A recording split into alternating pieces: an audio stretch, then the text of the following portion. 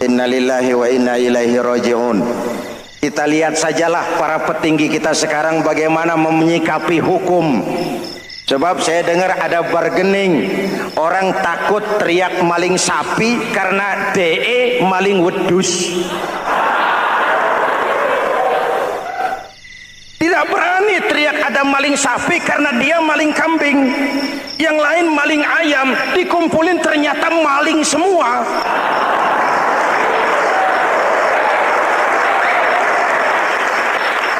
Muhammadin wa ala alihi wa sahbihi ajma'in, amma ba'du. Hadirin hadirat ma'asyiral muslimin yang saya cintai, ada sebuah cerita pendek. Seorang pengendara sepeda motor ditangkap oleh Pak polisi, lalu diperiksa. Ini motor siapa? Pinjam Pak. Helm? Pinjam. SIM? Pinjam. Kata Pak polisi, tidak boleh begini. Marah yang naik sepeda motor. Pak polisi bagaimana? Kok tidak boleh? Yang punya saja bilang boleh.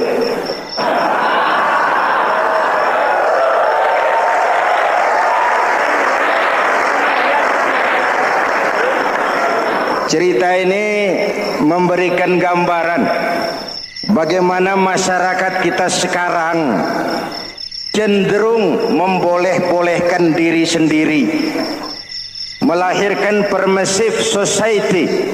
Masyarakat serba boleh dengan ukuran sakarepe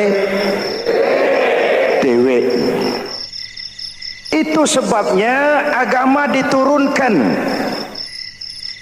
Dalam contoh yang indah, Rasul memberikan gambaran bahwa Islam ini bagaikan sebuah bangunan yang komponen pokoknya 5. Bunyal Islamu ala khamsin. Islam dibangun di atas 5 komponen pokok. Jadi kalau Islam ini ibarat bangunan, unsur penunjang pokoknya itu 5. Mari kita analogkan Islam dengan bangunan. Kalau saudara akan membangun rumah, sebelum pasang tiang, pasang genteng, pasang jendela, apa yang lebih dulu dibangun? Fondasi. Kalau Islam ibarat bangunan, fondasinya adalah syahadatu an la ilaha illallah wa anna muhammadar rasulullah. Ini fondasi. Jikalau kuat fondasi, aman bangunan. Jikalau rapuh fondasi, lentur dan luntur bangunan. Maka kuat atau tidak kuatnya bangunan Islam kita bergantung kepada keyakinan dasar tadi, fondasi. Saya bersaksi tidak ada Tuhan selain Allah. Artinya saya tidak akan menyembah kecuali hanya kepada Allah. Orang yang benar fondasinya beres sujudnya. Kalau saya yakin tidak ada Tuhan selain Allah, saya tidak akan minta rezeki kecuali hanya kepada Allah. Orang yang benar fondasinya, giat bekerjanya, jauh dari tipu menipu, jauh dari renten, jauh dari riba, jauh dari korupsi, jauh dari judi. Keyakinan memberikan warna terhadap bentuk kepribadian. Kalau saya yakin tidak ada Tuhan selain Allah, saya tidak akan pernah takut kecuali hanya kepada Allah. Saya tidak akan melarikan persoalan kecuali hanya kepada Allah. Saya tidak akan menggantungkan hidup kecuali hanya kepada Allah. Saya tidak akan minta tolong kecuali hanya kepada Allah. Meresap ke dalam jiwa. Untuk keyakinan seperti ini, orang-orang tua kita dahulu berlinang air mata, bersimbah darah, bahkan berkorban nyawa, melaksanakan hijrah untuk mempertahankan keyakinan. Ini intan paling mahal dan ini mutiara paling berharga. Zaman boleh berubah, tapi fondasi tidak boleh goyah. masa boleh berganti, tapi pondasi jangan sampai mati. Karena iman kita hidup, untuk iman kita berjuang, dan dalam iman kita ingin kembali menghadap Allah Subhanahu. Masih ingat cerita tentang Bilal? Masih? Mengulang kaji saja. Bilal itu budak sahaya. Ketika masuk Islam, dipanggil oleh majikannya. Bilal, iya bos. Saya dengar kamu masuk Islam ya? Iya bos. Kok berani-beraninya kamu masuk Islam? Memangnya kamu budak siapa Bilal? Iya budak bos. Bos. Kamu kerja sama siapa? Sama bos. Bos. Yang gaji kamu siapa? Ya bos. Nah, kamu kan ngerti Bilal. Kamu budak saya, kamu kerja dengan saya, yang gaji kamu saya, yang beri makan saya. Kenapa? Kok beraninya masuk Islam padahal kamu belum saya kasih izin? Bos. Bos boleh beli badan saya, tapi jangan mimpi bisa membeli jiwa saya. Tuhan boleh kuasai badan saya, tapi jangan mimpi bisa menguasai keyakinan saya. Saya memang benar Tuhan yang gaji, tapi kan saya digaji, saya kerja. Kerja itu kewajiban saya, gaji itu hak saya. Soal keyakinan jangan ikut campur bos. Kurang ajar kamu Bilal. Biarin. Bilal, begini saja. Kalau kau mau meninggalkan keyakinanmu, meninggalkan Allah Tuhanmu, kau akan kami merdekakan. Tapi kalau kau tetap dalam keyakinanmu, kamu akan saya siksa sampai mati. Bagaimana? Jangan mimpi bos. Lebih baik mati berkalang tanah daripada hidup bercermin bangkai. Biar saya gugur membela keyakinan daripada hidup jadi penjilat menjual akidah. Itu prinsip.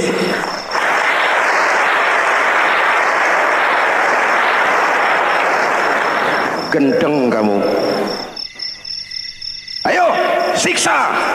Tangannya diikat, dihimpit dengan batu berat, dijemur dengan terik matahari padang pasir, terkelupas kulitnya, mengalir darah dari sekujur badannya, pecah bibirnya.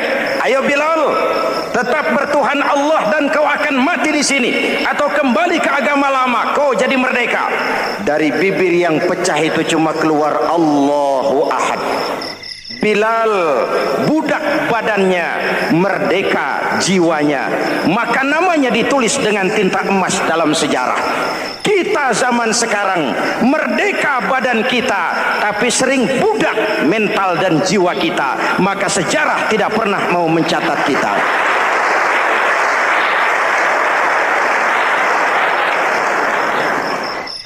Masyarul muslimin yang saya cintai, fondasi sudah. Lalu apa lagi? Mulai memancangkan tiang. Tiangnya 5. Ada tiang namanya zuhur, asar, maghrib, subuh, isya. Tetapi agar bangunan menjadi kuat, ada tiang-tiang tambahan. Namanya rawatib dan nawafil. Rawatib itu ba'diyah atau qobliyah, nawafil itu di luar itu. Agar bangunan menjadi kuat, dibentuk pribadi lewat sholat. Apa filsafatnya? Pertama, sholat itu simbol penyerahan total kepada Allah. Kita ini sudah kontrak. Innallaha astara minal mu'minina anfusahum wa amwalahum bi anna lahumul jannah. Allah telah membeli dari orang-orang mukmin diri mereka, harta mereka, bagi mereka adalah surga. Penjual kita orang beriman, pembeli Allah, dagangannya amwal dan anfus, harganya adalah surga. Jelas? Penyerahan total itu dimulai dengan takbiratul ihram. Shalli fardal isya, Allahu akbar. Arahkan mata ke tempat kita sujud. Jangan lupa kalau sudah di atas, lupa dengan yang di bawah. Sudah jadi genteng, petatang peteteng di atas. Lalu bilang, merasa capek sendiri, kata genteng kepada tiang. Tiang, kamu sih enak, kata genteng. Saya setengah mati di atas. Kehujanan, kepanasan, kadang-kadang anak-anak nakal saya disambitin. Kata tiang, saudara genteng, ngomong jangan sembarangan ya. Kamu kira kamu bisa nongkrong dan nangkring di atas, itu gara-gara siapa genteng? Kan saya yang sokong dari bawah. Kamu jadi pejabat tinggi, jadi anggota ini, anggota itu. Kami rakyat yang angkat. Jangan sudah di atas kami ditekan. Jangan agama dijadikan topeng untuk kepentingan pribadi. Berpolitik untuk kepentingan agama, ayo. Tapi menjual agama untuk kepentingan politik, itu yang merusak agama.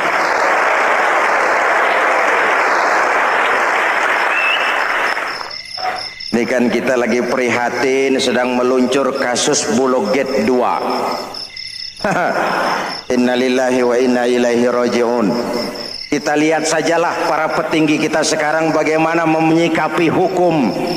Sebab saya dengar ada bargaining, orang takut teriak maling sapi karena DE maling wedus. Tidak berani teriak ada maling sapi karena dia maling kambing. Yang lain maling ayam, dikumpulin ternyata maling semua.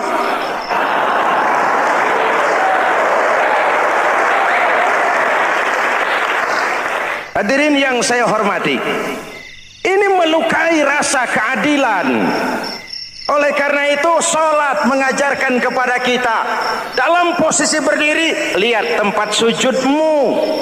Jangan menteleng terus ke atas, lalu lupa dari mana kita berangkat.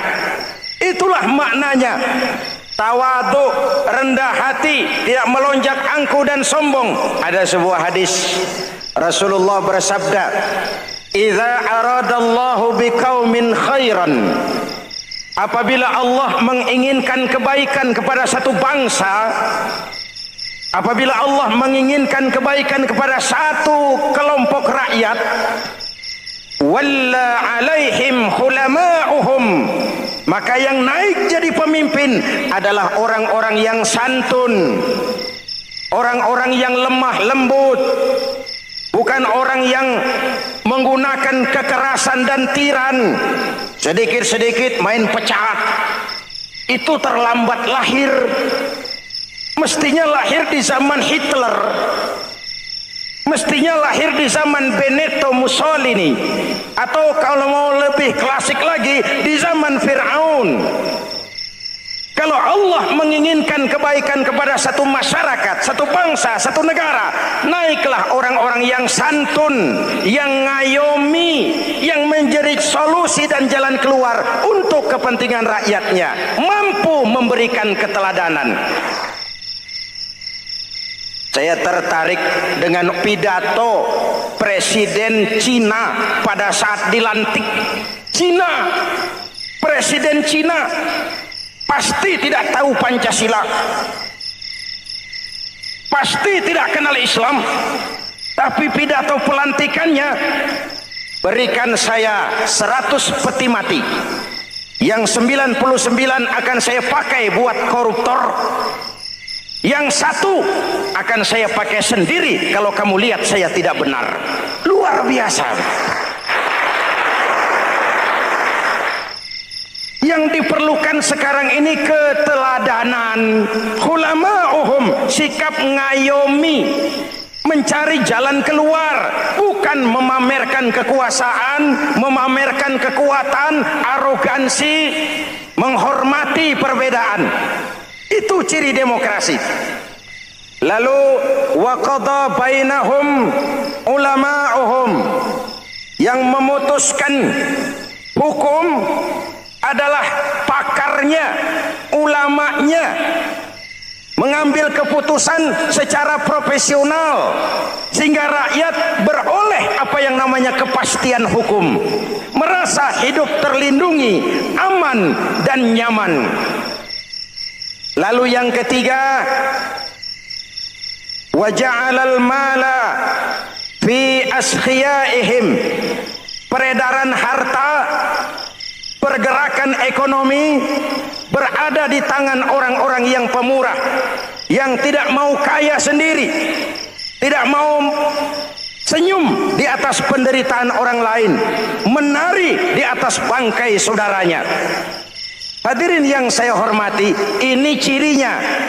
Tapi sebaliknya kata Nabi, wa idza aradallahu biqaumin syarran, apabila Allah menghendaki kejelekan, keburukan bagi satu bangsa, walla alaihim sufahauhum, yang naik jadi pemimpin orang-orang durjana, orang-orang kurang ajar, tapi dipoles dengan topeng yang bagus.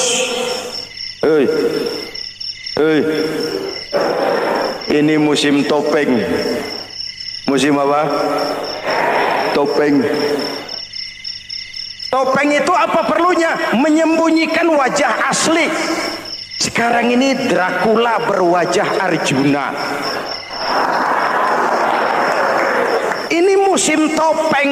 Kita rakyat harus hati-hati dan punya filter, mampu memilah dan memilih.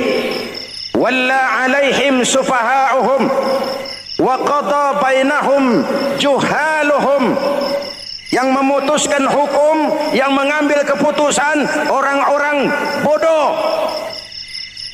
Wa ja'alal mala fi bukhalaihim, peredaran harta, peredaran ekonomi jatuh di tangan orang-orang yang bakhil, yang tidak punya konsep menciptakan kemakmuran yang merata bagi seluruh rakyat Indonesia.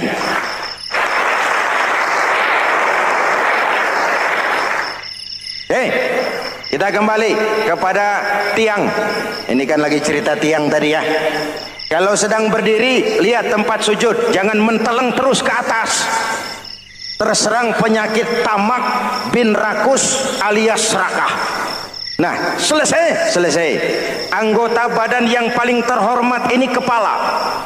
Ketika sujud, sama rendahnya dengan telapak kaki. Allahu Akbar, yang besar cuma Allah. Apa bedanya saya dengan saudara? Tidak ada, kecuali saya ngomong saudara dengerin. Kita sama-sama beribadah, sama-sama mencari nilai tambah di hadapan Allah.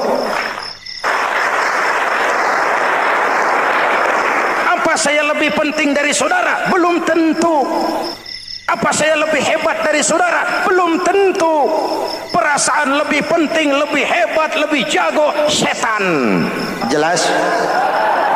Ayo tundukkan kepala, dia sama rendahnya dengan telapak kaki kita. Yang besar cuma Allah. Allahu Akbar. Lalu diakhiri dengan menebarkan salam. Assalamualaikum warahmatullah. Assalamualaikum warahmatullah. Menebarkan salam, mewujudkan rasa aman, damai, bukan menimbulkan keresahan. Hadirin yang saya hormati, ini karakteristik kita. Selesai sholat, kembali ke masyarakat, ajaran salam diterjemahkan. Apa? Rasulullah sallallahu alaihi wasallam bersabda, "Ufsus salam, wasilul arham, wa at'imut ta'am, wa sallu bil laili wan nasu niyam, tadkhulul jannata bisalam." Pertama, ufsus salam, tebarkan salam. Tebarkan salam itu bukan cuma kalau ketemu orang, assalamualaikum, assalamualaikum. Iya, itu zahirnya. Tetapi hidup di tengah masyarakat memberikan rasa aman, rasa damai, menjadi pengayom bagi lingkungan, menjadi rahmah bagi semesta. Dalam Islam jangankan manusia, binatang saja dilindungi kok. Betul? Betul? Coba kalau belajar istinja itu kan makruh buang air kecil di tanah yang berlubang. Kenapa? Pertama, melindungi binatang yang ada dalam lubang. Siapa tahu di lubang yang saudara kencingi ada semut sedang rapat. Membahas Bologet jilid 2. Apa dosanya lalu mati dikencingi? Ini namanya rahmatan lis semut. binatang saja dilindungi. Ada hadis, kalau kamu menyembelih hewan, sembelilah dengan cara yang terbaik. Jangan menyembelih ayam dengan pisau tumpul. Ini ajaran apa? Ajaran tentang peri kebinatangan. Rahmatan, memberikan rahmah, salam, keselamatan dan kedamaian kepada masyarakat lingkungan. Itu misi seorang muslim.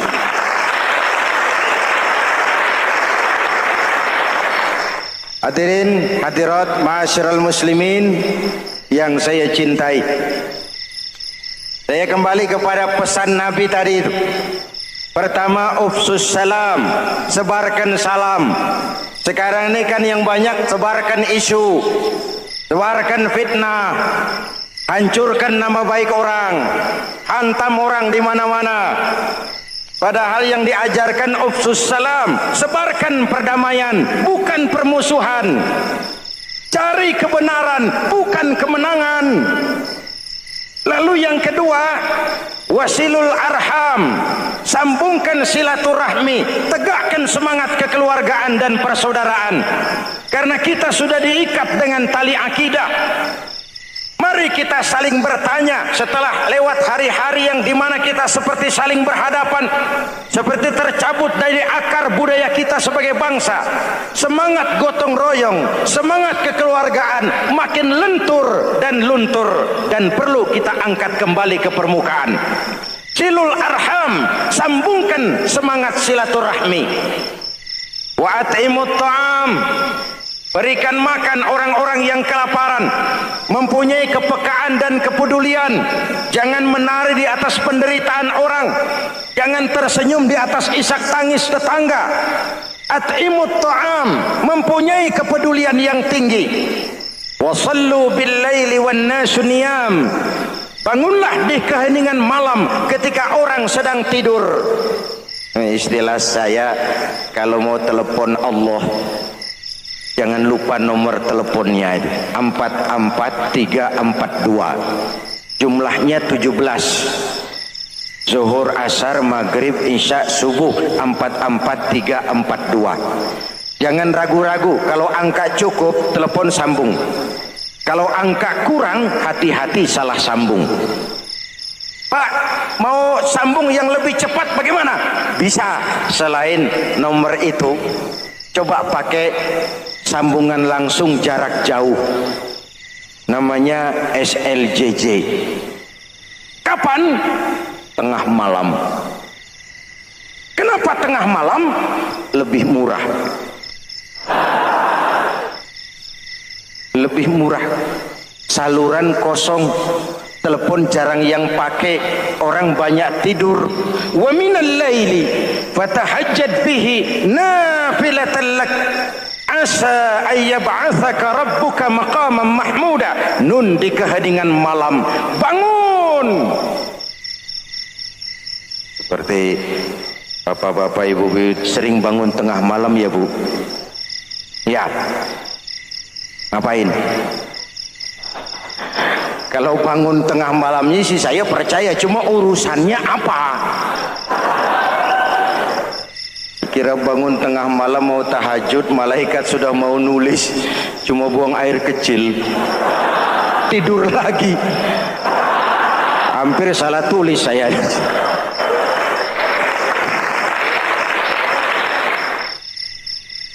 Baik, fondasi sudah Pak, tiang siap. Lalu apa lagi? Nah, rumah itu supaya ada batas perlu pagar, dinding, tembok. Yang jadi batas, dinding, tembok, puasa. Asyamu junnatun, puasa adalah dinding, benteng yang menyelamatkan manusia jangan sampai menyentuh wilayah lain. Ada batas-batas dan norma yang diindahkan. Selesai tembok, dinding, selesai pagar, selesai. Lah rumah itu supaya bersih kan harus ada kamar mandi, jendela, pintu yang fungsinya membersihkan zakat. Kalau dia zakatul mal, dia bersihkan harta kita. Kalau dia zakatul fitrah, dia bersihkan jiwa kita. Kalau dia zakatul tijarah, dia bersihkan bisnis kita. Kalau dia zakatul ma'adin, dia bersihkan barang tambang kita. Karena itu dalam kitab-kitab fikih dikatakan zakat itu adalah harta yang tu'khazu min aghniyaihim wa turaddu ila fuqaraihim. Diambil dari yang kaya, diserahkan. Hukum diatur menurut selera orang yang sedang berkuasa. Maka yang benar bisa jadi salah, yang salah bisa jadi benar. Kalau untuk rakyat, hukum itu tajam bukan main, cepat sekali dilaksanakan. Tapi giliran menengah ke atas, yang gedean dikit berbuat salah, hukum tompul. Tapi ada orang-orang tertentu yang agunannya palsu, jaminannya palsu, bawa kata belece, bukan cuma miliaran, triliunan kredit bisa keluar. Terluka rasa keadilan, hilangnya kesempatan. Rakyat cuma dapat kesempitan, jarang dapat kesempatan.